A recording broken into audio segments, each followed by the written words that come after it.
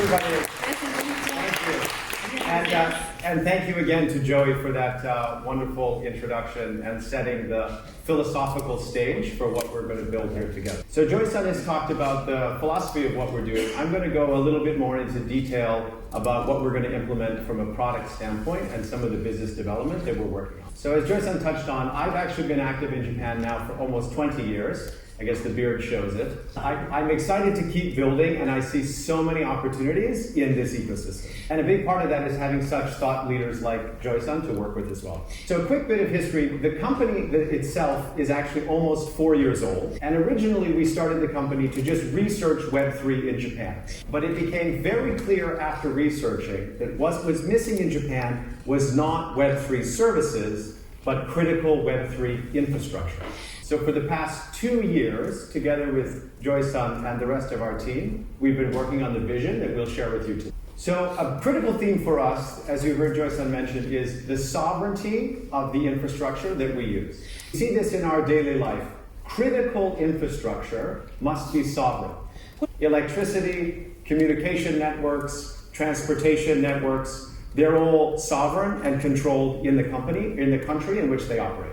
And we think that in the future, digital infrastructure, in particular around Web3 and AI, will be no different. But what do we mean about being a Japan sovereign layer 1? Quite simply, it means all of the validators of our blockchain are onshore in Japan. And data residency for the on-chain data is in Japan as well. And lastly, it's very clear what regulatory regime we want to comply with and optimize for. So as Joy mentioned, we're building an Ethereum equivalent layer 1 blockchain that is Japan sovereign. And there are 4 important aspects that we're focused on in building out that ecosystem.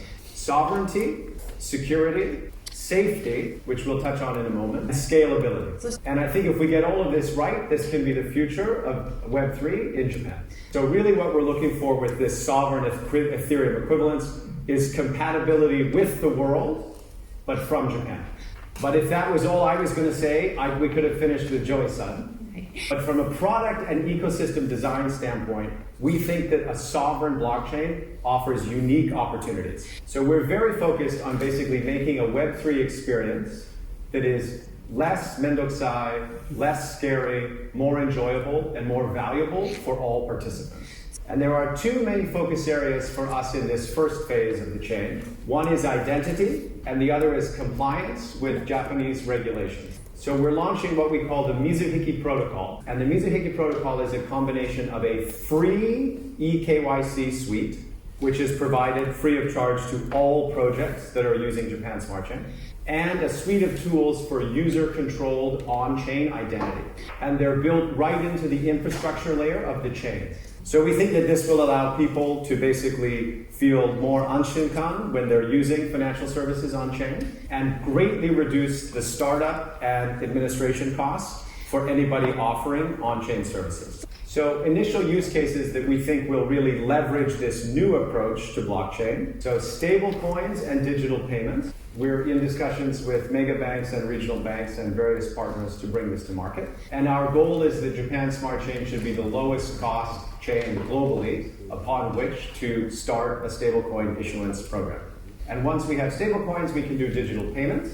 And we're very excited about the combination of payments and loyalty.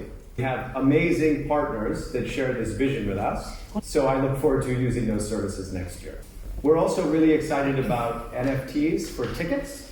Web3 can give content creators, entertainers, venue operators tremendous tools that simply don't exist with different technology for tickets. And we're honored to be working with great partners in this space as well. We're also thinking in the context of a sovereign chain. As we move to having more real-world assets on-chain, we think that Japanese asset owners in particular will take comfort from using the sovereign chain to do so. And last, within this first phase, we're also very focused on optimizations that we can do in the layer 1 to make it easy to administer and operate DAOs. This is a small, but we think growing and in the future significant aspect of the economy in Japan.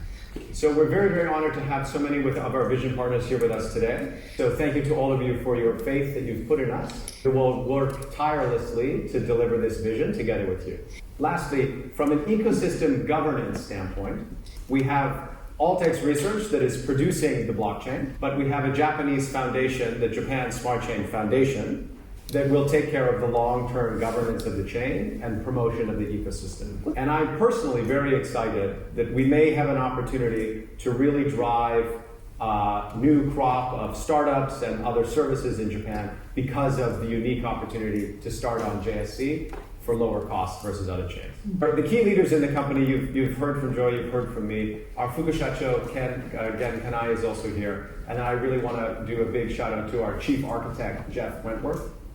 And we're very grateful to our amazing advisor network and thank them for all of their help as well. And enough of my English.